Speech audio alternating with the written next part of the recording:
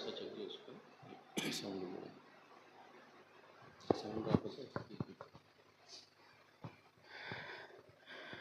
ఆరాధన కొరకై ఏర్పాటు చేయబడిన పాఠ్యభాగము కీర్తనల గ్రంథము 91వ అధ్యాయము 2-3 వచనములు చదువుకుందాము.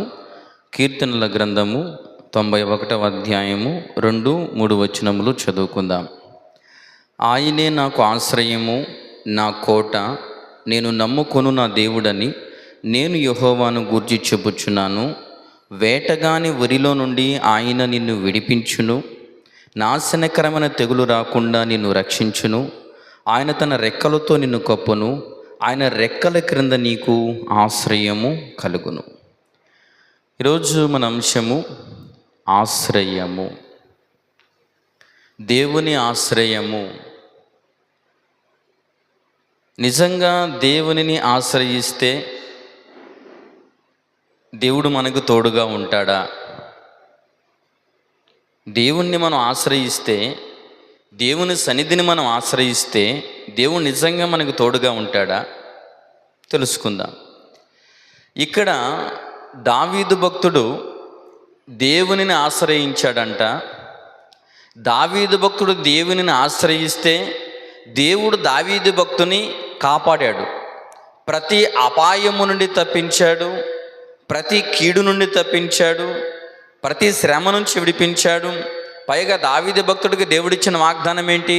శాశ్వత కృపను నీకు చూపిస్తున్నాను, నీ తరతరములో నుండి నీ సింహాసనం మీద ఖచ్చితంగా నీ వారసుల్ని ఒకరిని నిలబెడతాను. అంటే దేవుడు దావీదుని చిరకాలము దీవెనతో నిలిపి ఉంచాడు. దావీదు దేవునిని ఆశ్రయించినందుకు దేవుడు దావీదుకి ఇచ్చిన బహుమతి శాశ్వత కృప, చిరకాల దీవెన. అందుకని దావీదు మనతో అంటున్నాడు, మీరు కూడా దేవుణ్ణి ఆశ్రయించండి.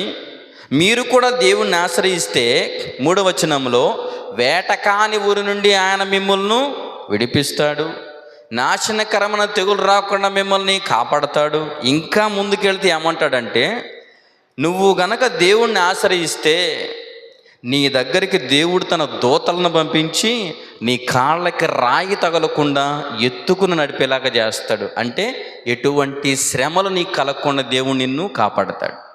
దావీదు భక్తుడు దేవుని ఆశ్రయంలో ఉన్నటువంటి రక్షణను, మేలులను అనుభవించి మనకి చెప్తున్నాడు ఏమనంటే, నాకు ఈ మేలు కలిగింది, మీరు కూడా దేవుణ్ణి ఆశ్రయిస్తే ఈ మేలు కలుగుతుంది. సో దేవునిని ఆశ్రయిస్తే మనకి మేలు కలుగుతుంది, రక్షణ కలుగుతుంది, ప్రతి కీడు తొలగుతుంది. దావీదు భక్తుడు చెప్తున్నాడు, ఇదంతా నిజమేనా? ఇదంతా నిజమేనా? నిజంగా దేవునిని ఆశ్రయిస్తే దేవుడు దూతలను పంపుతాడా మన దగ్గరికి? దావీదు చెప్తున్నాడు, నా దగ్గరికి అయితే దేవుడు దూతను పంపించాడు, మీ దగ్గర కూడా పంపిస్తాడంట, మీరు దేవుణ్ణి ఆశ్రయించండి. నిజమేనా ఇదంతా? నిజంగా మనం దేవుని ఆశ్రయిస్తే, దేవుని సన్నిధిని ఆశ్రయిస్తే దావీదుకు తోడుగా ఉన్నట్టు దేవుడు మనకు కూడా తోడుగా ఉంటాడా? మన దగ్గరికి దూతలను పంపిస్తాడా? దేవునిని ఆశ్రయిస్తే మన కష్టాలు పోతాయా, నష్టాలు పోతాయా, శ్రమలు పోతాయా? సరే చూద్దాం. దేవునిని ఆశ్రయిస్తే అన్నీ పోతాయో వస్తాయో ఉంటాయో చూద్దాం. ఇశ్రాయేలు జనాంగము ఒకసారి ఫిలిష్తీయులతో యుద్ధానికి బయలుదేరుతారు. ఫిలిష్తీయులు అందరూ కూడా ఇశ్రాయేలు జనాంగం మీదకి యుద్ధానికి దండెత్తి వస్తారు. అయితే ఇశ్రాయేలు జనాంగం ఏంటంటే మంచి బలవంతులుగా ఉన్నారు, అప్పుడు అన్నీ గెలుచుకుంటానే వస్తున్నారు, ఎక్కడ ఓటమి లేదు. అయితే ఇశ్రాయేలు జనాంగం అనుకున్నారు, అబ్బాయి మనకి ఓటమి ఏమి లేదు, చక్కగా మంచిగా ఫామ్లో ఉన్నాం, ఎవరు ఏ రాజు కూడా మనల్ని ఓడించలేడు, ఫిలిష్తీయులు ఒక లెక్క, పదండి వెళ్దాం ఫిలిష్తీయుల మీద. కానీ ఇశ్రాయేలు జనాంగం మొత్తం కూడా కట్టకట్టుకుని కొన్ని లక్షల మంది సైన్యం ఫిలిష్తీయుల మీదకి దండెత్తారు. ఎంతసేపు ఇలా వెళ్ళి అలా ఓడించి వచ్చేద్దాం కదా అని చెప్పేసి ఇశ్రాయేలు జనాంగం అందరూ కూడా ఇలాగే మాట్లాడుకుని వెళ్ళిపోయారు. అయితే వీళ్ళు వెళ్ళిన తర్వాత మొదటి రోజు యుద్ధం జరుగుతుంది. యుద్ధ భూమిలో ఘోరంగా యుద్ధం జరుగుతుంది, భయంకరంగా యుద్ధం జరుగుతుంది. అయితే సాయంకాలం వేళకి ఇశ్రాయేలు జనాంగంలో 4,000 మంది చచ్చిపోయారు. 4,000 మంది చచ్చిపడి ఉన్నారు. ఆ మొదటి రోజు యుద్ధం ఇశ్రాయేలు జనాంగానికి భయంకరమైన కష్టంగా మారింది. సాయంత్రం ఎప్పుడైద్దా, ఎప్పుడు ప్రాణాలతో ఇంటికి పరిగెత్తుకుంటూ వద్దామా, ఎప్పుడు గుడారాల్లోకి వద్దామా అని అందరూ సాయంత్రం కోసం ఎదురు చూశారు, చెట్ల చాటున పుట్టల చాటు నుండి. వెంటనే సాయంకాలం అయిపోగానే అందరూ పరిగెత్తుకుంటూ రిటర్న్ వచ్చేసారు, గుడారం దగ్గరికి దాక్కున్నారు. వచ్చేసి అందరూ మీటింగ్ పెట్టారు నైటు. ఆ మీటింగ్ ఎందుకయ్యా అంటే, వాళ్ళు అప్పటి వరకు ఆ మధ్యకాలంలో ఓటమి అంటూ చూడలే, వరుసని గెలుచుకుంటూ వచ్చారు. అయితే వీళ్ళు చాలా నాళ్ళ తర్వాత వెళ్ళి ఇంతమందిని యుద్ధంలో కోల్పోవాల్సి వచ్చింది. 4,000 మందిని అక్కడే కోల్పోయి వచ్చారు. వచ్చి ఏడుస్తూ ఉన్నారు, రే మనలో 4,000 మంది చచ్చిపోయారు, ఇంకొక 10,000-15,000 మందికి భయంకరంగా గాయాలయ్యాయి, రేపొద్దున యుద్ధం భయంకరంగా కష్టంగా ఉంటుంది, ఎందుకు మనకి ఇలా జరిగింది? అందరూ ఆ నైట్ నిద్రపోకుండా అసలు ఎక్కడ తప్పు జరిగింది అని ఒకళ్ళనొకళ్ళు మాట్లాడుకుంటూ అసలు ఎక్కడ లోపం ఎక్కడ జరిగింది, యుద్ధం మెళకువల్లో లోపం జరిగిందా, లేకపోతే నడిపించేవాడు ఏదన్నా ప్రాబ్లంలో ఉన్నాడా, మనం ఎక్కడ మిస్టేక్ చేసామని అందరూ కూడా మాట్లాడుకుంటున్నారు. చూస్తే అందరూ బలశాలులుగానే ఉన్నారు, యుద్ధ మెళకువలు కలిగే ఉన్నారు, ఎవరిలో ఏ లోపం కనపడలా, అందరూ శాయశక్తిలో ప్రయత్నం చేశారు. అయినా 4,000 మందిని పోగొట్టుకున్నారు, 10,000-15,000 మంది గాయపడ్డారు.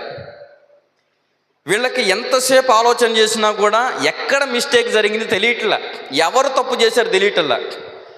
అప్పుడు వాళ్ళల్లో ఒక పెద్ద ఆయన వచ్చి అన్నాడు, వీళ్ళందరూ కూడా టెన్షన్ తలలు పట్టుకున్నారు, ఇక తెల్లారితే మళ్ళీ యుద్ధానికి వెళ్ళాలి, ఆల్రెడీ 4,000 మందిని పోగొట్టుకున్నారు, 10,000-15,000 మంది గాయపడ్డారు, మళ్ళీ రెండో రోజు యుద్ధానికి వెళితే గెలుస్తామో లేమో తెలియదు, అసలు బతికి బయటకు వస్తామో లేదో తెలియదు, ఏం చేయాలో అర్థం కావట్లా, ఆలోచిస్తూ తలలు పట్టుకున్నారు, ఏం చేయాలో తెలియట్లా, ఎక్కడ మిస్టేక్ జరిగింది, అసలు ఏంటి, రేపు ఎలా వెళ్ళాలి.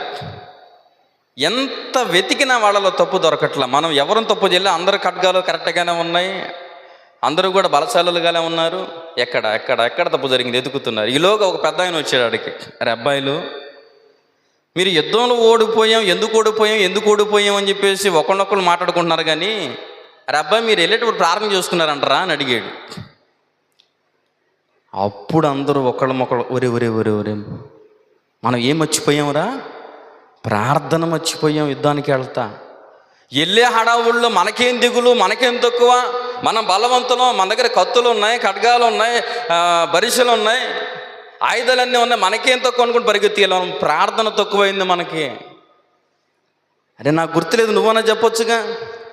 ఎవరికి వాళ్ళ గుర్తు లేకుండా ఎవరిని మర్చిపోయారంట, దేవుణ్ణి మర్చిపోయారు, ప్రార్థనను మర్చిపోయారు. వెంటనే ఆ పెద్ద ఆయన అన్నాడు, అరే మీకు జీవం ఇచ్చింది, మనకు రక్షణ ఇచ్చింది, బానిసత్వం నుంచి విడిపించింది ఆ పరమ తండ్రి కదరా, పరమ తండ్రిని ఎట్ట మర్చిపోయారా మీరు, అందుకనే మీరు ఓడిపోయారా, అందుకే 4,000 మంది చచ్చిపోయారు, అదే మీరు చేసిన పెద్ద తప్పు. వెంటనే వాళ్ళందరూ కూడా వాళ్ళు చేసిన తప్పు తెలుసుకుని, అరే అబ్బాయి ముందు పాస్టర్ గారు ఎక్కడ ఉన్నాడో పిలవండి.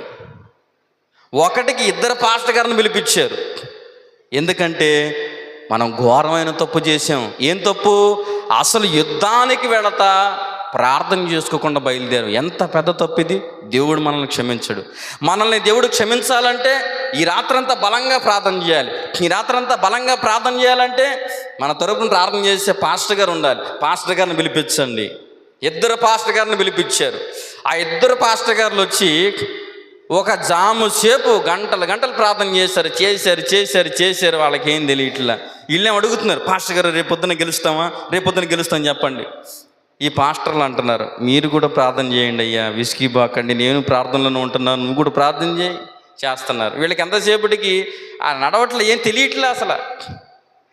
సరే, ఎట్టకేలకు వీళ్ళకి అసలు ఏం అర్థం కావట్లా. ఈ పాస్టర్లు ఏం ప్రార్థన చేస్తూనే ఉన్నారు, వీళ్ళకి ఇంకా బలం వచ్చినట్టు ఏం కనిపించట్లేదు. ఈలోగా పాస్టర్లు అన్నారు, అబ్బాయి మన మధ్యలో దేవుడు లేడయ్యా, దేవుడు మన మధ్యలోకి రావాలి. ఎలా? ఎంత ప్రార్థన చేస్తున్నా సమాధానం రావట్లా, ఎలా? ఓ పని చేద్దాం, మన దగ్గర చర్చిలో మందస్సం ఉంది, అది తెచ్చుకుందాం, అది ఉంటే దేవుడు ఉన్నట్టే మనతో. అప్పుడు మందస్సాన్ని పట్టుకొని ఎన్ని యుద్ధాలు గెలిచారు.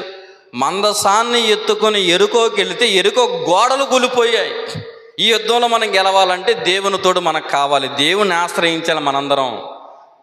వీళ్ళందరూ అన్నారు, పాస్టర్ గారు మేము ప్రార్థనను ఆశ్రయించాం, దేవుణ్ణి ఆశ్రయించాం, మిమ్మల్ని పిలిచాము, ఇంకేంటి మందసం దేవుణ్ణి పిలుద్దాం, దేవుణ్ణి మన మధ్యలో తెచ్చుకుందాం. వెళ్ళారు, మందసాన్ని తెచ్చుకున్నారు, యుద్ధ భూమిలో గుడారాల మధ్య పెట్టుకున్నారు, దేవుని ఆశ్రయించారు. ఎప్పుడైతే ఈ పాస్టర్ గారులు, ఇక్కడ ఉన్నటువంటి ఇశ్రాయేలు జనాంగం వీళ్ళందరూ కూడా దేవుని ఆశ్రయించారో, దేవుని గుర్తుగా ఉన్న, దేవుని మహిమకు గుర్తుగా ఉన్న, దేవుని అద్భుతమైన సూచక క్రియలు గుర్తుగా ఉన్న ఆ మందస పెట్టిని తీసుకొచ్చారో, దేవునిని ఆశ్రయించి ప్రార్థిస్తూ ఉన్నారో, రాత్రంతా కూడా ఒకటే ప్రార్థన, ఇంకేం లేదు. అయ్యా మేము తప్పు చేసాం, మేము ఘోరమైన తప్పు చేసాం, నిన్ను మర్చిపోయి మొదటి రోజు యుద్ధానికి వెళ్ళాం, 4,000 మందిని పోగొట్టుకున్నాం, ఇప్పుడు 4,000 మంది ఇదిగో భర్తలు కోల్పోయారు, 4,000 మంది ఇదిగో తల్లిదండ్రులు కోల్పోయారు, ఎంత ఘోరమైన బాధను అనుభవిస్తున్నాం. అందరూ ఏడుస్తూ ప్రార్థన చేస్తూ ఉన్నారు. దేవుని ఆశ్రయించారా ఆ రాత్రి వాళ్ళు. ఇక తెల్లవారుతున్నది, వీళ్ళందరూ అనుకున్నారు మనం దేవునిని ఆశ్రయించాము కనుక విజయం మందే.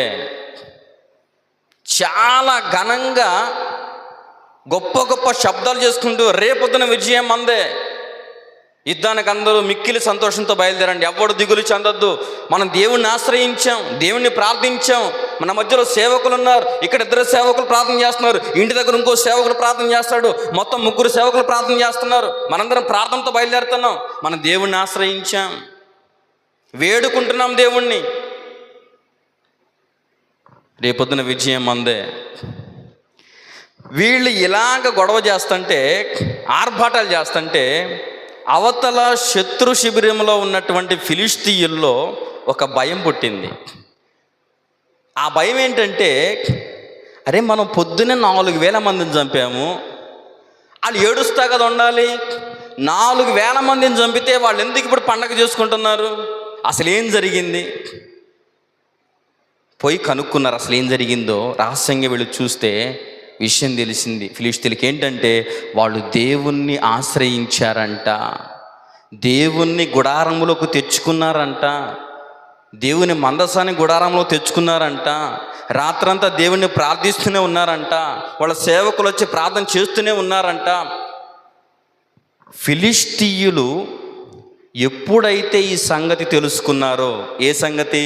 ఇశ్రాయేలీయులు తమ తమ దేవుణ్ణి ఆశ్రయించారు అని ఎప్పుడైతే ఈ సంగతి తెలుసుకున్నారో, ఫిలిష్తీయులలో భయం మొదలైంది. అప్పుడు ఆ ఫిలిష్తీయులు ఏమన్నారో తెలుసా అండి? అబ్బాయి,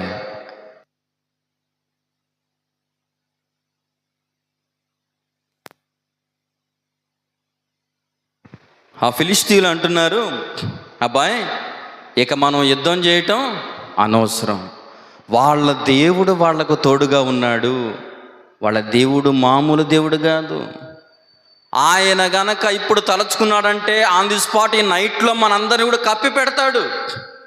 ఐగుప్తంతా వెలవెలాడిపోయింది. వాళ్ళు ఇప్పుడు దాకా వాళ్ళ దేవుని తోడు వాళ్ళకి లేదు కాబట్టి మనం పొద్దున 4,000 మందిని చంపగలిగాం. రేపొద్దున వాళ్ళ దేవుడు వాళ్ళకి తోడుగా వస్తాడు, ఒక్కడిని కూడా మనం టచ్ చేయలేం. వాళ్ళ దేవుడు అంత మహిమగల దేవుడు, బలమైన దేవుడు, గొప్ప ఘనమైన దేవుడు. కనీసం రేపు ఉదయం ఇశ్రాయేలు జనాంగాన్ని మన కళ్ళతో చూడలేం, అంత బలవంతులుగా వాళ్ళ దేవుడు వాళ్ళని మారుస్తాడు. భయం పుట్టింది వీళ్ళల్లో. ఏం చేయాలి వీళ్ళకి అర్థం కావట్లా. ఇప్పుడు ఫిలిష్తీయులందరూ మీటింగ్ పెట్టుకున్నారు, ఏం చేయాలి? వాళ్ళలో కొంతమంది అంటున్నారు, అన్న మేము విన్నాం, ఐగుప్తులో ఒక్కొక్కళ్ళు మామూలుగా భయంకరమైన తెగుళ్ళతో రాలిపోయారంట, వాళ్ళ దేవుడు వాళ్ళకు తోడుగా ఉన్నాడంట. అన్న ఓ పని చేద్దాం, మనం ప్రాణాలతో ఉండాలంటే ఇప్పుడైనా తిరిగి ఇంటికి వెళ్ళిపోదాం. వాళ్ళలో కొంతమంది నిర్ణయించుకున్నారు తిరిగి ఇంటికి వెళ్ళిపోదామని. కొంతమంది అంటున్నారు, అరే ఇప్పుడు మనం యుద్ధం ఆపి ఇంటికి వెళ్ళామంటే ఇళ్ళ దగ్గర మనల్ని ఉమ్మేస్తారు, ఆ మాత్రానికి రాకపోతే ఆడ చచ్చిపోవచ్చుగా అంటారు. ఓ పని చేద్దాం, చస్తే వీరుల్లాగా చచ్చిపోదాం, లేకపోతే ఒకవేళ గనక పొరపాటుని గెలిస్తే అది జీవితాంతం మర్చిపోలేని గెలుపుగా ఇంటికి వద్దాం. వాళ్ళు ప్రాణ భయంతో యుద్ధానికి సిద్ధపడ్డారండి. ఎవరికి భయపడ్డారో తెలుసా వాళ్ళు? ఇశ్రాయేలు జనాంగానికి కదా వాళ్ళు భయపడింది. ఇశ్రాయేలు జనాంగం వెనుకున్నటువంటి దేవునికి. చూడండి, ఇశ్రాయేలు జనాంగం ఏమో దేవుణ్ణి తెచ్చుకున్నామని సంబరపడుతున్నారు. మా దేవుడు మాతో ఉన్నాడు, మేము దేవుణ్ణి ఆశ్రయించాం, మాకు విజయం గ్యారంటీ అనుకున్నారు. ఓ పక్క ఫిలిష్తీయులేమో ఒరే వాళ్ళ దేవుడు వాళ్ళ దగ్గరకు వచ్చేసాడంట, ఇక మనకి సావు తప్పదు అని వాళ్ళు భయపడుతున్నారు. సో ఎట్టకెలగా తెల్లారింది, యుద్ధం స్టార్ట్ అయింది. ఈ ఫిలిష్తీయులందరూ కూడా భయంతో యుద్ధం స్టార్ట్ చేశారు. వామ్మ వాళ్ళ దగ్గరికి వెళ్తే చంపేస్తారు, భయంగా వెళ్ళారు. అయితే ఇశ్రాయేలు జనాంగము ఏ ధైర్యంతో అయితే ముందడుగేశారో, ఇశ్రాయేలు జనాంగం దగ్గరకు వచ్చే కొద్దీ ఫిలిష్తీయులు అంట ఇశ్రాయేలు జనాంగానికి గొప్ప గొప్ప పర్వతాల కొండల్లా కనపడుతున్నారంట.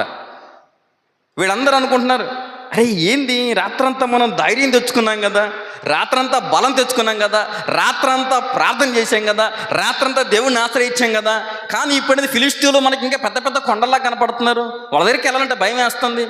ఫిలిష్తీయులు భయంగా ఇశ్రాయేలు జనాంగాన్ని మనం కొట్టగలమా, వాళ్ళు భయంతో వస్తున్నారు. తీరా యుద్ధం జరిగే సమయానికి ఫిలిష్తీయులు అనుకోని రీతిగా ఇశ్రాయేలు జనాంగంలో 30,000 మందిని చంపేశారు. ఇశ్రాయేలు జనాంగము 30,000 మంది చనిపోయారు యుద్ధంలో. రెండో రోజు సాయంత్రం గొడవల మధ్యాహ్నాన్ని పరిగెత్తుకుంటే ఎవరు గుడారాల్లో అక్కడ వచ్చేసారు. వీళ్ళందరూ సడన్గా మీటింగ్ పెట్టుకుని, ఒరే మనం దేవుణ్ణి ఆశ్రయించాం కదా, అయినా ఎందుకు గెలవలేదు, మనము దేవుణ్ణి ఆశ్రయించినా కూడా ఎందుకు ఓడిపోయాం, ప్రార్థన చేసుకున్నా ఎందుకు ఓడిపోయాం, ప్రభువుని నమ్ముకున్నా ఎందుకు ఓడిపోయాం, ప్రభువుని తోడు తెచ్చుకుని ఎందుకు ఓడిపోయాం, అవతరులు ఎందుకు గెలిచారు. ముందు రోజు నయం ప్రార్థన చేసుకోకుండా వెళ్తే 4,000 మంది చచ్చిపోయారు. రెండో రోజు ప్రార్థన చేసుకుని వెళ్తే 30,000 మంది చచ్చిపోయారు. ఇది ఎక్కడ ఘోరం. దేవుణ్ణి నమ్ముకుంటే మేలు జరిగింది కదా అనుకుంటే దేవుణ్ణి నమ్ముకుంటే కీడు జరిగింది ఏంటి? దేవుణ్ణి నమ్ముకోకుండా వెళ్తేనేమో 4,000 మంది చచ్చిపోయారు, నమ్ముకుని వెళ్తే 30,000 మంది చచ్చిపోయారు. ఏం జరిగింది? ఫిలిష్తీయులకు కూడా అర్థం కాదు అక్కడేం జరిగిందో. ఫిలిష్తీయులు అంటున్నారు, ఒరే మనందరం భయంతోటే కదా వాళ్ళ మీదకి వెళ్ళింది, వాళ్ళ దేవుడు వాళ్ళకి తోడుగా ఉన్నాడనే కదా వాళ్ళ మీదకి వెళ్ళింది, యుద్ధం ఎట్ట గెలిచాం మనం? అర్థం కాల. దేవునిని ఆశ్రయించినందుకు గాను ఇశ్రాయేలు జనాంగము 30,000 మందిని కోల్పోయి యుద్ధాన్ని ఓడిపోయారు. ప్రాణభయంతో పరిగెత్తుకుంటూ వచ్చారు. ఏం జరిగింది?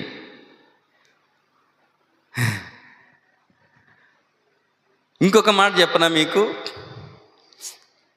కొంతకాలం అయిన తర్వాత ఇదే ఫిలిష్తీయులు సౌలు మీదకి, రాజైన సౌలు మీదకి యుద్ధానికి వచ్చారు. సౌలుని ఎవరు ఎన్నుకున్నారు రాజుగా?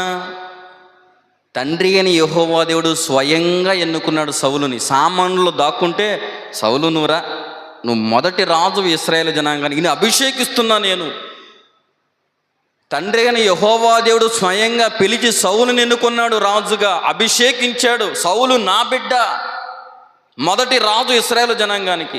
దేవుని చేత ఎన్నుకోబడిన సౌలు యుద్ధానికి రెడీగా ఉన్నాడు. ఫిలిష్తీయులందరూ సౌలుతో యుద్ధానికి వస్తుంటే సౌలు రేపొద్దున యుద్ధానికి వెళ్తా ఈరోజు రాత్రి ప్రార్థన చేయటం మొదలుపెట్టాడు బ్రోకరించి. తండ్రి, నన్ను ఎన్నుకున్న నా దేవా, నన్ను రాజుగా నిలబెట్టిన నా పరమ తండ్రి, నిత్యము నాకు తోడుగా ఉన్న దేవా, రేపొద్దున యుద్ధానికి వెళ్తున్నాను, నాకు తోడుంటావా? ఏంటి ఇట్లంటే అర్థం ఏంటి? సమాధానం రావట్ల దేవుని దగ్గర నుంచి. సౌలు నేను ప్రార్థన తప్పుగా చేశాను, దేవుణ్ణి సరిగ్గా ఆశ్రయించట్లేదేమో. ఈలోగా భోజనం తీసుకొచ్చింది ఒక పని మనిషి. భోజనం వద్దు, నేను ఈ రాత్రి దేవుణ్ణి ఆశ్రయిస్తున్నాను, ఈ రాత్రి దేవుని సన్నిధిలో ఉంటాను, ఈ రాత్రి దేవుని సన్నిధిలో గడుపుతాను, ఈ రాత్రి నా జీవితం దేవునికి అర్పిస్తున్నాను, దేవుని ఆశ్రయిస్తున్నాను, నాకు సహాయం కావాలి దేవుని దగ్గర నుంచి, నాకు ఈరోజు అన్నపానాలు వద్దు పో.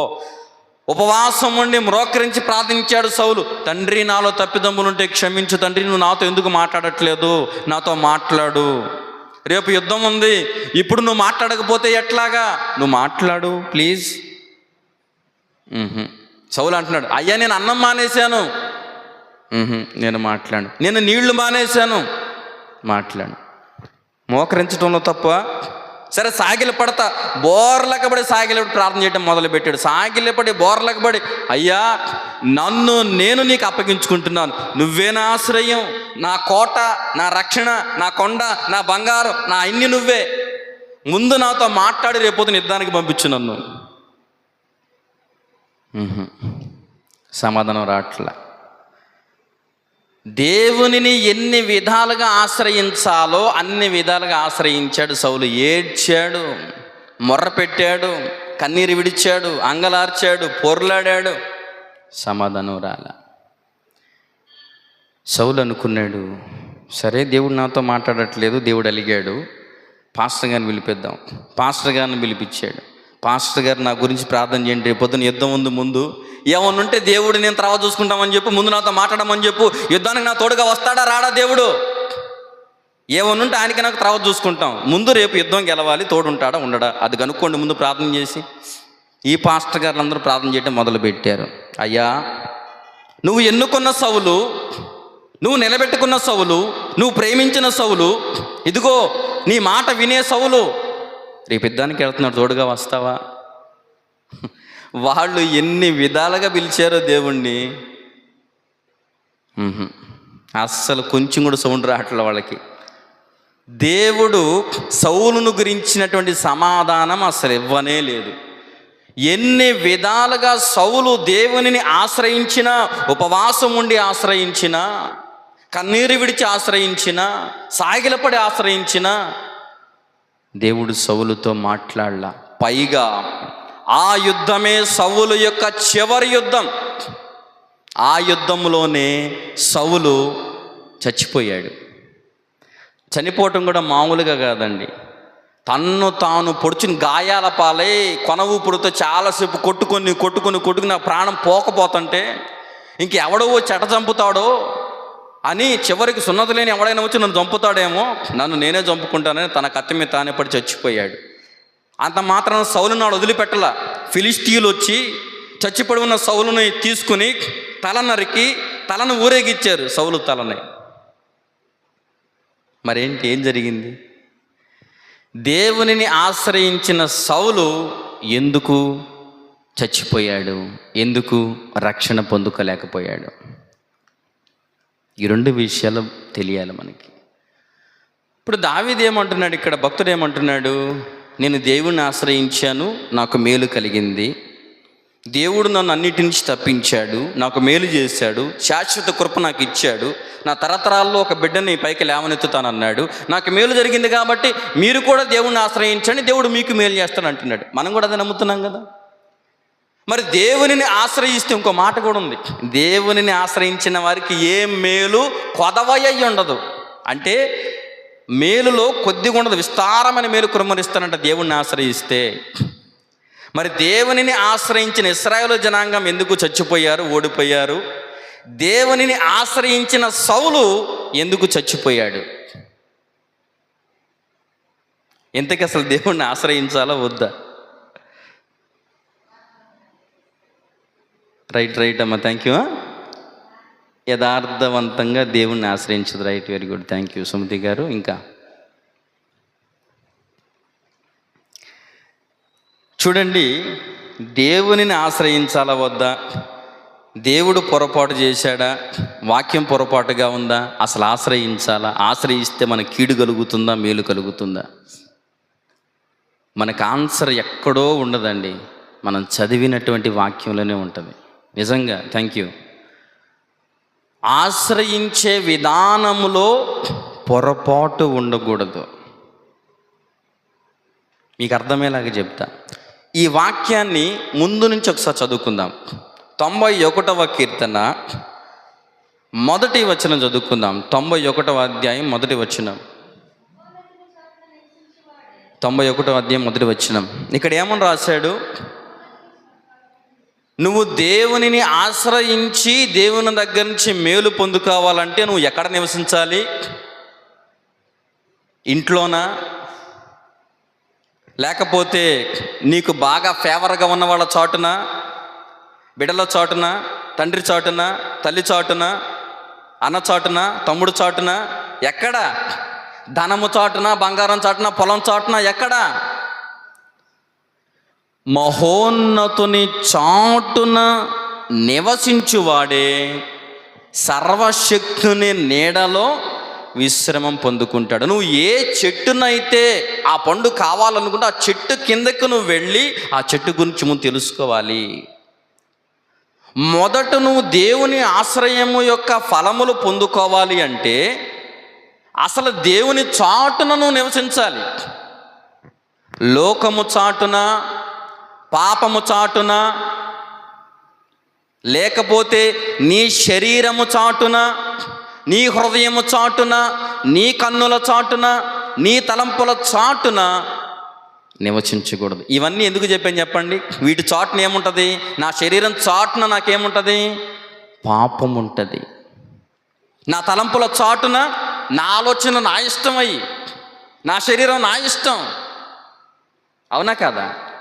సో నా చాటున నేను జీవించకూడదు, నేను ఎవరిని చాటున చేసుకోకూడదు. అంటే ఈ లోకములో ఎవరి చాటు నాకొద్దు, ఈ బంగారం చాటు నాకొద్దు, ఈ డబ్బుల చాటు నాకొద్దు, లేకపోతే ఈ స్థితి, ఈ హోదా, ఈ మనిషి, ఈ చాటు నాకొద్దు. ఎవరు కావాలి? మహోన్నతుని చాటుకు నేను రావాలంటే నా ప్రతి విషయం కూడా దేవుని దగ్గర ఎట్లా ఉండాలి? ఓపెన్ బుక్గా ఉండాలి. దేవుని దగ్గర నా బుక్కు ఓపెన్ అయి ఉండాలి నిరంతరం. అంటే దేవునికి నాకు మధ్య రహస్యమేమి ఉండకూడదు. అంటే నేను దేవుని దగ్గర ఏది దాచకూడదు. అంటే మనం ఏమంటాం? నేను అన్నీ చెబుతున్నానండి దేవునికి. నువ్వు చెబుతున్నావా చెప్పట్లేదని కదా. అంటే నువ్వు ఫ్రీగా దేవుడు నీ దగ్గరికి రావటానికి అవకాశం నువ్వు కల్పించాలి. అర్థమయ్యేలాగా చెప్పాలంటే ఆదాము అవ్వ దేవుని చాటున ఉన్నంత వరకు దేవునితో ఫ్రీగా మాట్లాడారు. దేవుడు కూడా ఫ్రీగా వాళ్ళ దగ్గరకు వచ్చేసాడు. డైలీ సాయంత్రం అయితే, ఆదామో ఎక్కడా, అమ్మ అవ్వమ్మా ఎక్కడా, ఏమైనా టీ పెడతావా కద్దిగా, ఆదాము ఏమన్నా ఫలాలను కోసుకొచ్చావా? ఇంత ఫ్రెండ్షిప్ ఉంది ఆదాముకి దేవునికి, అవ్వకి దేవునికి. ఎందుకు? ఆదాము అవ్వ దేవుని చాటున నివసించారు. కానీ ఎప్పుడైతే ఆదాము అవ్వ చెట్టు చాటున నివసించడం నేర్చుకున్నారో, తమ శరీరం చాటున నివసించడం నేర్చుకున్నారో, తమ ఆలోచనల చాటున నివసించడం నేర్చుకున్నారో, ఆ రోజు సాయంత్రం దేవుడు వచ్చాడు. ఆదాము ఏడా, అవ్వ ఎక్కడ? ఏడకి వెళ్ళారు వాళ్ళు? ఏ చాటుకి వెళ్ళారు? చెట్టు చాటున ఏం చేశారంట? దాగుకొనిరి. అంతకుముందు ఎక్కడ దాక్కున్నారు వాళ్ళు? దేవుని రెక్కల కింద దాక్కున్నారు. ఇప్పుడు ఎక్కడ దాక్కుంటున్నారు? చెట్టు చాటును దాక్కుంటున్నారు. ఏ చాటు ఎక్కడికి వెళ్ళింది? దేవుని చాటు కాస్త లోకపు చాటు అయిపోయింది, చెట్టు చాటు అయిపోయింది. రక్షణ ఏడుంటుంది? అర్థమైంది నేను చెప్పింది? మనం అనుకునే ఏ చాటు మనకి రక్షణ ఇవ్వలేదు. అది నా భార్య అయినా, లేకపోతే నా భర్త అయినా, నీ భార్య అయినా, నీ భర్త అయినా, ఎవరైనా ఏ చాటు మనకి రక్షణ ఇవ్వలేదు, ఒక్క దేవుని చాటు తప్ప. ఆయన నీడ నీకు దొరకాలంటే ఆయన కిందకే వెళ్ళాలి. ఇప్పుడు చెట్టు కిందకి వెళ్ళకుండా, ఆహా ఎంత నీడనిస్తుందిరా చెట్టు, ఎండలో నుంచుంటే నాకు నీడ వచ్చిద్దా? ఆ నీడ కావాలంటే ఏం చేయాలి? చెట్టు కిందకి వెళ్ళాలి. ఇక్కడ కూర్చుని ఆ చెట్టు మామిడికాయలు ఉంటాయి, అబ్బాబ్బాబ్బా అవి తినకపోతే జీవితం వేస్ట్ అంటే ఆ కాయ నాకు వచ్చింది నా చేతిలోకి, ఏం చేయాలి? ఆ చెట్టు దగ్గరికి వెళ్ళాలి, కోసుకోవాలి, తినాలి. అలాగే దేవుని ఆశ్రయములో ఫలములు నువ్వు పొందుకోవాలంటే, దావీదు దేవునిని ఆశ్రయించి పొందుకున్న ఫలాలు నువ్వు కూడా పొందుకోవాలంటే దావీదు వెళ్ళినట్టుగా నువ్వు కూడా దేవుని దగ్గరికి వెళ్ళిపోవాలి. శ్రమల్లో, కష్టాల్లో, నష్టాల్లో, బాధల్లో, అవమానాల్లో, ఇబ్బందుల్లో, ఇరుకుల్లో, చావులో, అన్నిట్లో ఎవరి చాటున ఉండాలి? నువ్వు దేవుని చాటుకి వెళ్ళాలి. మహోన్నతుని చాటున నివసించువాడే వారు మాత్రమే ఆయన నీడని పొందగలరు. ఆయన చాటుకి వెళ్ళకుండా ఆయన నీడ నీ మీదకి రాదు. చెట్టు కిందకి వెళ్ళకుండా చెట్టు నీడ నీ దగ్గరకు వచ్చిద్దా? నువ్వే నుంచుని చెట్టు ఎటురా నా మీదకి రా అంటే వచ్చిద్దా? చెట్టు దగ్గరికి ఎవరు వెళ్ళాలి? మనమే వెళ్ళాలి. మన దగ్గర చెట్టు వచ్చిద్దా? రాదుగా. సింపుల్. దేవుని ఆశ్రయములో ఫలాలు పొందుకోవాలంటే దేవుని చాటుకుని వెళ్ళాల్సిందే. ఇంకా మొదటిది అది. ఇక రెండోది చూస్తే ఇక్కడ చూడండి 10వ వచనము నుండి, దేవునిని ఆశ్రయించిన వారికి ఏ అపాయం కలగదు, ఏ తెగులు రాదు, నీ మార్గములంటే నేను కాపాడుటకు ఆయన నిన్ను గూర్చి తన దూతలకు ఆజ్ఞాపిస్తాడు, నీ పాదములకు రాయి తగలకుండా కాపాడతాడు. ఎప్పుడు? దేవుని ఆశ్రయించినప్పుడు. ఎలా ఆశ్రయించినప్పుడు? ఒకటి, దేవుని చాటుకి వెళ్ళాలి. రెండోది, దీని కిందే ఉంది చూడండి 14వ వచనములో, దేవునిని నువ్వు నిజంగా ప్రేమించాలి. అతడు నన్ను ప్రేమించుచున్నాడు గనుకనే నేను అతనిని తప్పించుచున్నాను. ఇది నేను కాదుగా రాసింది. ఏమని రాశాడు ఇక్కడ? అతడు నన్ను ప్రేమించుచున్నాడు గనుక, ప్రేమిస్తున్నాడు కాబట్టే నేను రక్షిస్తున్నా. మనం నిజంగా దేవుణ్ణి ప్రేమించాలి. ఇంకా అతడు నా నామమును తెలుసుకొనిన వాడు, నా పేరు అతనికి తెలుసు, తండ్రి అయిన యెహోవా దేవుడునని తెలుసు. యేసు క్రీస్తు ప్రభు నా నామమును పూర్తిగా తెలుసుకున్నటువంటి వాడు. పేరు ఏముందండి? యెహోవా దేవుడు. అది కాదండి, పేరులో ఉన్నటువంటి భయము, పేరులో ఉన్న భక్తి, ఆ పేరు గురించిన పూర్తి స్పష్టత నీకు తెలియాలి. దేవుడు ఏం చేస్తాడు, ఏం చేయగలడని. మూడవది, అతడు నాకు ఇంకా మొర్ర పెట్టగా, నిజంగా మొర్ర పెట్టగా. అంటే ఇశ్రాయేలు జనాంగము దేవుని చాటులో లేరు, లోకం చాటులో ఉన్నారు. దేవుని నిజంగా ప్రేమించలా, అప్పుడప్పుడు ప్రేమించారు. అప్పుడప్పుడు అంటే ఎట్లాగంటే లైక్ ఏ అంబ్రెల్లా, అంటే ఒక గొడుగులాగా. మనం కూడా అంతే, మనకి వాళ్ళకి తేడా ఏమి లేదు నన్ను అడిగితే. ఎందుకంటే వాళ్ళకి కష్టం వచ్చినప్పుడే గొడుగు గుర్తొచ్చింది. ఇప్పుడు మనం గొడుగు ఎప్పుడెప్పుడు వేసుకుంటామని చెప్పండి? వర్షం వచ్చినప్పుడు. ఎప్పుడు వస్తుంది? సంవత్సరంలో వర్షాకాలం వచ్చినప్పుడు వస్తుంది. లేదా మంచి ఎండలు ఉన్నప్పుడు కొంతమంది గొడుగు తీసుకెళ్తారు. అంటే నీ పైన ఏం పడకుండా ఉండటానికి, ఎండ కానీ వర్షం కానీ నీ పైన పడకుండా ఉండటానికి గొడుగు. అంటే దేవుణ్ణి ఎప్పుడెప్పుడు వాడుతున్నావు నువ్వు నీ ప్రార్థనలో? నీ పైన కష్టం పడకుండా ఉండటానికి దేవుణ్ణి గొడుగులాగా వాడుతున్నావు. వాళ్ళంతే, కష్టం వచ్చింది అప్పుడు గుర్తొచ్చాడు దేవుడు. ఫస్ట్ వెళ్ళినప్పుడు 4000 మంది అసలు అలా తెలియకుండా వెళ్ళిపోయారు. రెండోసారి రే దేవుడు లేడరా, దేవుణ్ణి మర్చిపోయారు, దేవుణ్ణి తెచ్చుకుందాం రండి. దేవుని కోపం ఎక్కడొచ్చిందంటే అక్కడ. అసలు నువ్వు ఎవరివో జనాలకి తెలియదు. ఇశ్రాయేలు జనాంగం ఎవరికైనా తెలుసు? ఇశ్రాయేలు జనాంగం అంటే ఇశ్రాయేలు జనాంగం ఎవడికి తెలియదు అసలు. వాళ్ళు బానిసలు, వాళ్ళు మురికి జీవితాలు, పెంటకుప్ప జీవితాలు. అట్లాంటి ఇశ్రాయేలు జనాంగాన్ని దేవుడు కాలు వాయకుండా, వస్త్రం మాయకుండా తీసుకొచ్చి ఒక వాగ్దాన భూములో నిలబెట్టి, వాళ్ళు కట్టని పురములను, వాళ్ళు నాటని ఫలములను వాళ్ళకి ఇస్తే, వీళ్ళంట లోకం చాటు నివసిస్తూ ఉన్నారు. కష్టం వచ్చినప్పుడు అరే దేవుణ్ణి మర్చిపోయామని ప్రార్థన మర్చిపోయాం. ప్రార్థనకి కోపం రాదా? చెప్పండి, కోపం రాదా? సౌలు పరిస్థితి ఏంది? సామాన్లో దాక్కుంటే ఏం సో నేను ఉంటాను రా, ఎంతకాలం గాడిద వెనకబడి తిరుగుతావు రా, మనుషులు వెనక నేను నిలబెడతాను నేను రా. చెయ్యి బట్టు లాక్కొచ్చి నాయకుడిగా మొట్టమొదటి రాజు ఇశ్రాయేలు జనాంగానికి. ఎంత గొప్ప స్థితి అండి మొదటి రాజు అంటే. ఒక ఉన్నతమైన స్థాయిలో నిలబెడితే సౌలు ఏ రోజున్న దేవుని బలకరించాడు. సమూయేలు వచ్చేదాకా ఆగలేకపోయాడు. సమూయేలు షట్టు జించాడు. ఇకపోతే అన్నీ నాకు తెలుసులే అన్నాడు. యుద్ధంలోకి వెళ్తేనేమో యుద్ధంలో మనకు కావాల్సిన డబ్బులేనా అబ్బాయి, మనుషులతో పని ఉందన్నాడు. దేవుడు ఏదొద్దంటే అది. ఆ దేవుడికి ఏం కావాలి? ఓ 10వ భాగం తీసి పక్కన పెడితే పోలే. ఎప్పుడు గుర్తొచ్చాడు మళ్ళీ సౌలుకి దేవుడు?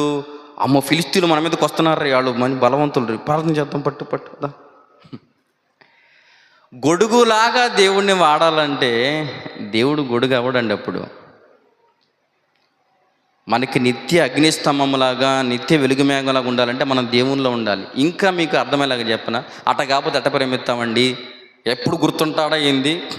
నిజమే, ఎప్పుడు గుర్తుండే మీ భలే చదువుతారండి. ఎప్పుడు ప్రార్థన చేస్తానే ఉండాలా, ఎప్పుడు బైబిల్ పట్టుకునే తిరగాల, ఎప్పుడు పెద్ద తెల్ల బట్టలు వేసుకుని తిరుగుతూ ఉండాలా. దేవుడిని మరి జ్ఞాపకం చేసుకోవడం అంటే ఇంకేందండి? దేవుడిని ప్రేమించడం అంటే ఏంది? నేను 24 గంటలు పనులు మానేసి మోకాళ్ళు వేసి 24 గంటల్లో ఒక్క నిమిషం దగ్గర నరకానికి వెళ్తామని చెప్పట్లేదే నేను. ప్రేమించండి దేవుణ్ణి, మీలో లోపం లేకుండా దేవుణ్ణి ప్రేమించండి.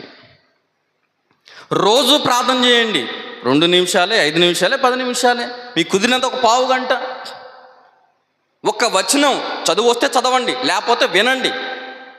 అంటే దేవునికి మీకు మధ్య బంధాన్ని బలహీనపరచొద్దు. ఎలాగంటే ఇప్పుడు మనం గుర్తొస్తే ఆదివారం, లేకపోతే బుధవారము, శనివారము, ఏదో ఒక వారం. మీ పిల్లల్ని కూడా వారానికి ఒకసారి ఇంటికి రానిస్తున్నారా? మీ పిల్లల్ని ఎలా ప్రేమిస్తారు మీరు చెప్పండి ఒక మాట. మన పిల్లల్ని మనం రోజులో 2 గంటలే ప్రేమిస్తామా? ఈ 2 గంటలు మన ఇంట్లో ఉంటున్నారు పిల్లలు, మిగతా రోజులతో స్కూల్లో ఉంటున్నారు, పొద్దున 7ంటికి వెళ్తారు, నైట్ 7ంటికి వస్తారు. పిల్లల్ని ఒక 2 గంటలే ప్రేమిద్దాం, మిగతా టైంలో స్కూల్ వాళ్ళని ప్రేమించమని చెప్పి అని చెబుతున్నామా? వాళ్ళు స్కూల్లో ఉన్న మన ఆలోచన ఎక్కడ ఉంటుంది? వాళ్ళ మీదే ఉంటుంది. లేదు మా పిల్లలందరూ హాస్టల్లో ఉంటున్నారు, సంవత్సరానికి ఒకసారి వస్తారు, ఆ వచ్చిన 2 రోజులు మేము ప్రేమిస్తాం, మిగతా టైంలో హాస్టల్ వాళ్ళని ప్రేమించమని చెప్పి అని చెబుతామా? సరే, నీ పిల్లకి పెళ్లి చేసి పంపించావు, మా అమ్మాయికి పెళ్లి చేస్తావు, మాకు దిగులు లేదు, మా బాధ్యత అయిపోయింది, అమ్మాయి నీకు నాకు సంబంధం లేదు, వాళ్ళనే ప్రేమించుకోపో, నీ భర్త ఇంటికి రాబాకని చెబుతున్నావు నువ్వు. పెళ్లి చేసినాక ఒక గొడవ, పెళ్లి చేసిన తర్వాత ఇంకెక్కువ ప్రేమిస్తావు నువ్వు. మా అమ్మాయి అక్కడ ఏం చేస్తుందో, ఏమైపోతుందో, ఎన్ని ఇబ్బందులు పడుతుందో, ఏం పడదు అక్కడ, కానీ మన ఆలోచన ఇబ్బంది పడుతుందేమో. అంటే నీ పిల్లల్ని నువ్వు ఎలా ప్రేమిస్తున్నావు? ఒక్క క్షణమైన మర్చిపోతున్నావా? ఈవెన్ నిద్రలో కూడా నీ పిల్లల తలంపు ఒక సైడ్ ఉంటుంది నీకు. అవునా కాదా? అవునా కాదా? అంటే నీ పిల్లల్ని నీకు తర్వాత ఉపయోగపడతారో లేదో తెలియదు, వాళ్ళు నిన్ను ప్రేమిస్తారో లేదో తెలియదు. అట్లాంటి నీ పిల్లల్నేమో నువ్వు నిరంతరం ప్రేమిస్తూనే ఉంటావు, కానీ అసలు నీకు పిల్లల్ని ఇచ్చిన, నీకు జీవితం ఇచ్చిన దేవుణ్ణి మాత్రం గుర్తొచ్చినప్పుడు ప్రేమిస్తానంటే ఎలాగండి? అది నిజమైన ప్రేమ అవుతుందా చెప్పండి? ప్రభువు ఏమన్నాడంటే, ముందు నువ్వు ప్రేమించు, నిన్ను చూసి నీ పిల్లలు ప్రేమిస్తారు నన్ను. నువ్వు నన్ను ప్రేమించకుండా నీ పిల్లలు నన్ను ఎలా ప్రేమిస్తారు? ప్రభువు చెప్పిన మాటలు ఇవేనండి. ముందే చెప్పాడు ఈ మాట. ద్వితీయోపదేశకాండము 6వ అధ్యాయం 6వ వచనం చూడండి. ద్వితీయోపదేశకాండము 6వ అధ్యాయం 6వ వచనం. ద్వితీయోపదేశకాండము 6వ అధ్యాయం 6వ వచనం. తండ్రిని యెహోవా దేవుడు స్వయంగా మాట్లాడుతున్నాడు ఇశ్రాయేలు జనాంగంతో. ఏమంటున్నాడంటే, 4వ వచనం నుండి చదవండి, 4 నుంచి. ఇశ్రాయేలు వినుము, మన దేవుడైన యెహోవా అద్వితీయుడగు యెహోవా. ఏమని చెబుతున్నాడు? ముందు పిల్లలకు చెబుతున్నాడా, తల్లిదండ్రులకు చెబుతున్నాడా? ముందు తల్లిదండ్రులారా, పెద్దోళ్ళందరూ కూడా నీ పూర్ణ హృదయముతో, నీ పూర్ణ ఆత్మతో, నీ పూర్ణ శక్తితో నీ దేవుడని యెహోవాను ప్రేమించవలెను. నేడు నేను నీకు ఆజ్ఞాపించి ఈ మాటలు నీ పిల్లల హృదయాల్లో ఉండాలి. అదేనా రాసింది అక్కడ? ఎక్కడ ఉండాలంట? ముందు నీ హృదయంలో ఉండాలి. ముందు నీ హృదయంలో నా మాటలు ఉండాలి. అది ఎంతవరకు ఉండాలి? 1 గంట రోజుకి, 2 గంటల? చూడండి ఏమంటున్నాడు, నీవు నీ కుమారులకు వాటిని అభ్యసింపజేసి ఎప్పుడెప్పుడంట, ఇంట్లో కూర్చున్నప్పుడు, బయటికి వెళ్ళేటప్పుడు, పండుకునేటప్పుడు, నిద్ర లేచినప్పుడు వాటిని గురించి మాట్లాడుకోవాలి. ఇంట్లో ఉన్నప్పుడు రోజులో ఒక్కసారైనా దేవుని గురించి నువ్వు పిల్లలతో మాట్లాడాలి. ఇంట్లోంచి బయటికి వెళ్ళేటప్పుడు, అబ్బాయి ప్రార్థన చేసుకున్నావు, ముందు జాగ్రత్తగా బయటికి వెళ్తున్నావు, దేవునికి నచ్చని పనులు చేయొద్దు, నాకు ఎలాంటి సాక్ష్యం ఉంది, నువ్వు కూడా అలాంటి సాక్ష్యం ఉండాలి. మళ్ళీ వచ్చిన తర్వాత పడుకునేటప్పుడు, పొద్దునంతా ఏమేం చేశారో నేను ముందు క్షమాపణ వేడుకుని పడకెళ్ళండి. మళ్ళీ లేవంగానే మళ్ళీ బతికిచ్చాడు, జీవంతో ఉన్నాం, ప్రాణం ఉంది, ప్రార్థన చేయండి. అంటే టోటల్గా ఇక్కడ ఏముంది? నువ్వు ఇంట్లో ఉన్నా బయట ఉన్నా అంటే దేవునిని మరవకూడదు. ఏ సమయంలో కూడా నిన్ను 24 గంటలు కూర్చుని ప్రార్థన చేయమని చెప్పట్లా. నీ మనసులో నిత్యము దేవుణ్ణి ఒక ప్రక్కన ఉంచేసుకొని ఒక భాగంగా అది ఎప్పుడు గద్దింపులాగా ఉండాలి. నువ్వు బయటికి వెళ్తున్నప్పుడు, నువ్వైనా నీ బిడ్డలైనా బయటికి వెళ్తున్నప్పుడు దేవుణ్ణి ప్రార్థన చేస్తున్నా, అయ్యా నాతోనే ఉండు, నేను ఒకవేళ బయటికి వెళ్తున్నా, నా కన్ను దేనైనా చూసి ఆశించిద్దేమో, త్రోవ తప్పకూడదు తండ్రి, నీకు మాట ఇచ్చా, నీ బిడ్డని నాకు ఈ జన్మనిచ్చావు, నా కన్ను త్రోవ తప్పకూడదు. నా దేహము దేనైనా ఆశించిద్దేమో, నా దేహము దేని మీద జారిపోకూడదు. నా ఆలోచనలు ఏమైనా ఇవి కావాలి అవి కావాలంటే ఏమో, ఏదైనా తండ్రి నీకు నచ్చని వాటికి నేను దూరంగా ఉండాలి. బయటికి వెళ్తున్నా, మళ్ళీ నన్ను ఇంతే పరిశుద్ధంగా లోపలికి తీసుకురా. ఇంట్లో ఉన్నప్పుడు కూడా అయ్యా ఎట్లాంటి ప్రాబ్లం నాకు కలగకూడదు, ఎటువంటి ఆశల వల్ల నేను చెడిపోకూడదు. నిరంతరం నీలో దేవుని వాక్యం ఉండి నేను గద్దిస్తూ ఉండాలి. ఏదైనా పొరపాటు మాట్లాడుతున్నా, చూస్తున్నా, చేస్తున్నా. ఇది దేవుడు చెప్పి ఇందులో టైం వేసాడా, నువ్వు సోమవారం 2 నిమిషాలు ప్రార్థన చేయి, మళ్ళీ బుధవారం పూట మళ్ళీ చర్చిలోకి వచ్చి ప్రార్థన చేయి. దావీదు 2 నిమిషాలు మర్చిపోయినందుకు జీవితాంతం నరకం పడ్డాడు. 2 నిమిషాలు మేడపై 2 నిమిషాలు మర్చిపోయాడు దేవుణ్ణి, కిందకి ఆడ చూస్తా ఏమైపోయింది, జీవితాంతం యుద్ధాలతో చచ్చిపోయాడు. అప్పుడు అంటున్నాడు, నీ చెయ్యి నా మీద బరువుగా ఉంది ప్రభా, తీస్తావా, వల్ల కాట్ల అల్లాడిపోతుందా, నేను చేసి 2 నిమిషాల పాపం, 2 నిమిషాల తప్పుకి నేను చూడు జీవితాంతం బాధ అనుభవిస్తాను, తండ్రి నన్ను క్షమించు. అప్పటి నుంచి దావీదు భయం, నా వల్ల కాదయ్యా, నాకు ఈ పాపాలు, లోకాలు, శాపాలు వద్దు, నాకు ఈ బతుకి చాలు, నీ నామం చాలు నాకు. ఇక దేవుని నామమును నువ్వు మరవకూడదు. నిద్రలో కూడా అంటే ఒకే అర్థం ఏంటంటే, నీ హృదయములో, నీ దేహములో నిన్ను చెరిపేవి చేర్చబడకూడదు. దేవునికి ఇష్టంగా ఉండి దేవుణ్ణి ఆశ్రయించాలి. ఇశ్రాయేలు జనాంగము దేవునికి ఇష్టంగా లేరండి. ఒకసారి ఇశ్రాయేలు జనాంగం సంగతి చూద్దాం. ఇక్కడ సమూయేలు మొదటి గ్రంథము 4వ అధ్యాయము, సమూయేలు మొదటి గ్రంథము 4వ అధ్యాయం మొదటి 3 వచనాలు. సమూయేలు మొదటి గ్రంథం 4వ అధ్యాయం మొదటి 3 వచనాలు. ఇశ్రాయేలు ఫిలిష్తీయులతో యుద్ధం చేయుటకు బయలుదేరి ఎబెనేజరులో దిగగా ఫిలిష్తీయులు ఆఫెకులో దిగిరి. ఫిలిష్తీయులు ఇశ్రాయేలుల మీద తమను యుద్ధపంతులుగా తీర్చుకొనగా వారు యుద్ధములో కలిసినప్పుడు ఇశ్రాయేలీయులు ఫిలిష్తీయుల ఎదుట ఓడిపోయి యుద్ధ భూమిలోనే ఎక్కువ తక్కువ 4,000 మంది చచ్చిపోయారు. చూడండి, మొదటి రోజు యుద్ధానికి వెళ్ళారు, ప్రార్థన లేదు, ఏమీ లేదు, 4,000 మంది చచ్చిపోయారు. తర్వాత వాళ్ళు అందరూ కూర్చుని అసలు ఎక్కడ ప్రాబ్లం చేశామని తలుచుకుంటే వాళ్ళకి వచ్చిన ఆన్సర్ ఏంటంటే, మనం దేవుణ్ణి మర్చిపోయాం, సో దేవుణ్ణి తెచ్చుకుందాం. ఏం చేశారో చూడండి, చదవండి కంటిన్యూగా. కాబట్టి జనులు పాళెంలోనికి తిరిగి రాగా ఇశ్రాయేలుల పెద్దలు, యెహోవా నేడు మనల్ని ఫిలిష్తీయుల ముందర ఎందుకు ఓడించెను? షీలోహులోనున్న యెహోవా నిబంధన మందసమును మనము తెచ్చుకొని మన మధ్య ఉంచుకుంటే అది మన శత్రువుల చేతుల నుండి మనల్ని రక్షించండి. వీళ్ళకి వచ్చిన మీటింగ్లో ఏం తెలుసుకున్నారు? మనం దేవుణ్ణి మర్చిపోయాం, ప్రార్థన చేసుకోవాలా, దేవుణ్ణి ఆశ్రయించాలా. ఇదిగో ఇప్పుడు దేవుణ్ణి ఆశ్రయిద్దాము, ప్రార్థన చేసుకుందాం. మందసాన్ని తెచ్చుకున్నారు, 2 పాస్టర్ గారిని తెచ్చుకున్నారు, ప్రార్థనతో బయలుదేరారు. వీళ్ళందరూ కూడా మందసాన్ని తెచ్చుకుని దేవుణ్ణి ఆశ్రయించిన తర్వాత వీళ్ళ ఉత్సాహం ఎట్టుందో చూడండి, భయంకరంగా సంతోషిస్తున్నారు. ఇక్కడ 5వ వచనంలో, యెహోవా నిబంధన మందసము దండులోనికి రాగా ఇశ్రాయేలీయులందరూ భూమి ప్రతిధ్వనించునంత గొప్పలు కేకలు వేసిరాడు. అనుకున్నారు, ఇంకా దేవుడిని ఆశ్రయించాం కాబట్టి మనకి తిరుగులేదు, రేపు పొద్దున ఫిలిష్తీయులను తరిమి కొడతాం, విజయం మందే. వీళ్ళ సంబరాలు చేస్తుంటే ఫిలిష్తీయులకి భయం వేసింది. 6వ వచనం, ఫిలిష్తీయులు ఆ కేకలు విని హెబ్రీయుల దండులో ఈ గొప్ప కేకల ధ్వని ఏమని అడిగి తెలుసుకున్నప్పుడు యెహోవా నిబంధన మందసము దండులోనికి వచ్చినని తెలుసుకొని ఫిలిష్తీయులు, చూడండి ఇక్కడ ఏమంటున్నారు, ఫిలిష్తీయులు దేవుడు వారి మధ్యకు వచ్చినని తెలుసుకొని జడిసి, అంటే భయపడి అమ్మో దేవుడు దండులోనికి వచ్చినని, అయ్యో మనకి శ్రమ, ఇంతకు మునుపు వారికి ఇలాగా సంభ్రమం కలగలేదు, అయ్యయ్యో మహాశూరుడగు ఈ దేవుని చేతిలో నుండి మనల్ని ఎవరు విడిపించగలరు? ఒక్క నిమిషం అండి, ఈ మాటలు ఎవరు అంటున్నారు? ఇశ్రాయేలు జనాంగం అంటున్నారా, ఫిలిష్తీయులు అంటున్నారా? ఫిలిష్తీయులు అంటున్నారు. ఇశ్రాయేలు జనాంగమేమో తెచ్చుకున్నాము దేవుణ్ణి, మన దగ్గరికి తెచ్చుకున్నామని పండగ చేసుకుంటున్నారు. మనకి దిగులు లేదక, మన దేవుడు మనకి తోడుకుంటాడులే. ఫిలిష్తీయులు ఏమంటున్నారు, వామ్మో వాళ్ళ దేవుడు వాళ్ళ మధ్యకు వచ్చాడు, వాళ్ళ దేవుడు మామూలుడు కాదు. ఇప్పుడు చెప్పండి, ఎవరు భయపడుతున్నారు నిజంగా దేవునికి? వాళ్ళు భయపడుతున్నారు. వాళ్ళు ఏమనుకుంటున్నారు, వాళ్ళ దేవుడు మామూలుడు కాదు. ఇంకేమన్నారు చూడండి, వాళ్ళు ఫిలిష్తీయులారా ధైర్యం తెచ్చుకోండి. 8వ వచనం చూడండి, అయ్యయ్యో మహాశూరుడగు ఈ దేవుని చేతిలో నుంచి మనల్ని ఎవరు విడిపించగలరు? అరణ్యమందు అనేకమైన తెగుళ్ళ చేత ఐగుప్తులను హతము చేసిన దేవుడు ఈయనే కదా. వీళ్ళు భయపడిపోయారు.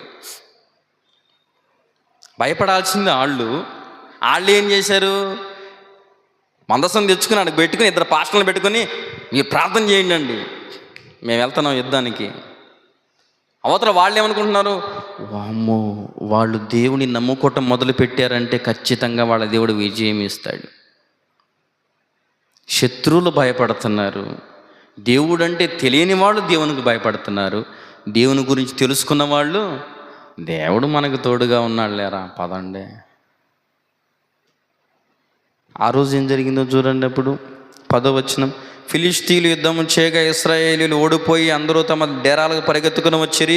అత్యధికమైన వధ జరిగను. ఇశ్రాయేలీయులలో 30,000 మంది కూలెను. ఫస్ట్ 4,000 మంది. వీళ్ళు దేవుని ఆశ్రయించిన తర్వాత 30,000 మంది. ఎక్కడ ప్రాబ్లం వచ్చింది? చులకన. ఎలా వాడారు దేవుని వాళ్ళు? ఒక గొడుగులాగా తెచ్చుకున్నారు. గుర్తొచ్చింది, ఇప్పుడు వెళ్దాం, కష్టం వచ్చింది. ప్రభు చెప్తున్నాడు, నిరంతరం నీ హృదయంలో నాకు స్థానం ఇస్తావా? తలుపు తట్టు నిలబడి తట్టుచున్నాను, తీస్తావా? నీలో నన్ను చేర్చుకుంటావా? సౌలు పరిస్థితి కూడా ఇంకా ఘోరం. మనం గమనిస్తే ఇక్కడ 28వ అధ్యాయంలో 4వ వచనం, 28వ అధ్యాయం 4వ వచనం, ఫిలిష్తీయులు దండెత్తి వచ్చి షునేములో దిగగా సౌలు ఇశ్రాయేలులందరినీ సమకూర్చెను. వారు గిల్బోవాలో దిగిరి. సౌలు ఫిలిష్తీయుల దండును చూచి మనస్సునందు భయకంపమునుంది. అప్పుడు యెహోవా యొద్ద విచారణ చేయగా యెహోవా స్వప్నము ద్వారానైనను ఉరీము ద్వారానైనను ప్రవక్తల ద్వారానైనను ఏమీయూ మాట్లాడకుండా ఉండెను. సౌలు ఆశ్రయించాడు దేవుణ్ణి, ఉపవాసం ఉన్నాడు, ఏడ్చాడు, అంగలార్చాడు. దేవుడు సమాధానం చెప్పలా. పైగా సౌలు ఎట చచ్చిపోయాడు చూడండి. ఇక్కడ 31వ అధ్యాయంలో 2వ వచనం, సౌలును అతని కుమారులను తరుముచు సౌలును అతని కుమారుల్ని హతము చేసిరి. ఆడు ఎట్లా చచ్చిపోయాడంటే అక్కడ అతను 5వ వచనంలో, సౌలు మరణమాయనని అతను ఆయుధములను మోయేవాడు, తాను కూడా తన కత్తి మీద కూడా పడి మరణమాయను. సౌలుని ఎలా చేశారంటే 9వ వచనంలో, 8-9 వచనం, మరునాడు ఫిలిష్తీయులు హతమైన వారిని దోచుకుంటూ వచ్చి గిల్బోవ పర్వతం మీద చచ్చిపడి ఉన్న సౌలుని అతని కుమారులను కొనుగొని సౌలు తలను ఛేదించి తలను ఊరంతా ఊరేగించారు. మరి సౌలు కూడా దేవుని ఆశ్రయించాడుగా, ఎందుకు చచ్చిపోయాడు? నువ్వు దేవునిని ఆశ్రయిస్తున్నప్పుడు నిన్ను నువ్వు పూర్తిగా మార్చుకోవాలి, మారగలిగే ఉద్దేశం ఉండాలి. సిలువలో దొంగ ఎన్నో సంవత్సరాలైన ట్రైనింగ్ తీసుకోవాలా. ఒకే ఒక్క మాట అన్నాడు, అయ్యా నేను చచ్చిపోతున్నాను, నేను నా పాపం వలన చచ్చిపోతున్నాను, నా పాపం వలన నాకు ఈ సిలువ శిక్ష పడింది. నువ్వు ఏ పాపం ఎరగని వాడివి, మా గురించి నువ్వు సిలువ ఎక్కావు అయ్యా, నువ్వు దేవుని కుమారుడు నమ్ముతున్నా, నా పాపం నిమిత్తం ఈ శిక్ష నాకు ఓకే, అవకాశం ఉంటే ఒక్కసారి నీ రాజ్యాన్ని చూస్తా, నీ రాజ్యంలో నేను ఉంటాను అని చెప్పట్లా, పర్మనెంట్గానే అంటున్నాడు. ఒక్కసారి జ్ఞాపకం చేసుకోవాలన్నాడు, అంతేగాని అయ్యా నువ్వు క్షమించి దేవుడు అంటగా, నన్ను క్షమించి నీ రాజ్యంలో నాకు చోటిస్తావా అని అడిగాడా? ఏమన్నాడు? ఒక్కసారి నన్ను జ్ఞాపకం చేసుకో తండ్రి. మనమేమంటాం? అది నాదే, ఏది పరలోక రాజ్యం నాదే. దేవునిని నువ్వు ఆశ్రయిస్తున్నప్పుడు మారిన నీ మనసు, మారుతున్న నీ మనసు, పాపము లేని నీ దేహము, ఎటువంటి చెడ్డ తలంపులు లేనటువంటి నీ ఆలోచన దేవునికి కనిపించాలి, నీలో పొరపాటు కనిపించకూడదు. అప్పుడు నువ్వు దేవుణ్ణి ఆశ్రయించినప్పుడు అటువంటి ఫలాలు పొందుకుంటావు. ఇప్పుడు అబ్రహాము దేవుణ్ణి ఆశ్రయించాడు, ఎంత కష్టం వచ్చినా వెనక్కి తిరిగాడా? అందుకని అన్ని ఫలాలు పొందుకున్నాడు స్నేహితుడని. యోబు దేవుణ్ణి ఆశ్రయించాడు, బిడ్డలు పోయారు, దేవుణ్ణి వదిలిపెట్టాడా? నువ్వు ఇచ్చావు, నువ్వే తీసుకున్నావు. ఇళ్ళు పోయినాయి, నువ్వు ఇచ్చావు, నువ్వే తీసుకున్నావు.